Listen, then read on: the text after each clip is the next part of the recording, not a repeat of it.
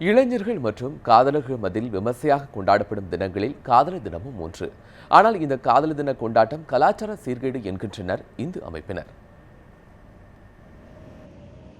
மேலை நாட்டு கலாச்சாரமான காதலர் தினத்தை நம் நாட்டில் கொண்டாட எதிர்ப்பு தெரிவித்து வரும் இந்து அமைப்பினர் காதலர்கள் என்ற பெயரில் பொது இடங்களில் முகம் சுளிக்கும் வகையில் நடந்து கொள்வதற்கு கடும் கண்டனத்தை பதிவு செய்து வருகின்றனர்.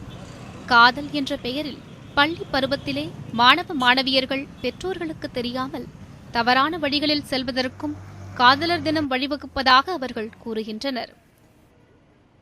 அம்பிகாவதி அமராவதியிலிருந்து நல்ல சிறப்பான காதலர்கள்லாம் இருக்கிறாங்க. அப்பேற்பட்ட காதலர்களெல்லாம் விட்டுட்டு எங்கேயோ போய் இருக்கிற ஐரோப்பா நாட்டில் இருக்கிற மேலை நாட்டில் இருக்கக்கூடிய அனாச்சாரங்களெல்லாம் இங்கே கொண்டு வந்து விட்டு இன்றைக்கி இருக்கிற பாரத தேசத்தினுடைய சுத்த கலாச்சாரம் அத்தனையுமே அழிஞ்சு போய் கொண்டு இருக்கிறது. அதனால் தொடர்ந்து இந்த காதலர் தினத்துக்கு நாங்கள் எதிர்ப்பு தெரிவிக்கிறது காதலர் தினத்துக்கு ஒழிய காதலுக்கல்ல.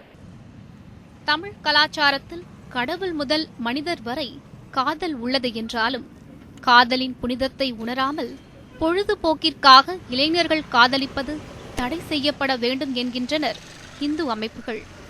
மேலும் காதலர் தினத்தை வியாபாரமாக்கி இளைஞர்களை சீரழிக்கும் கொச்சையான நிகழ்வாகவே காதலர் தினத்தை பார்ப்பதாக தெரிவிக்கின்றனர்.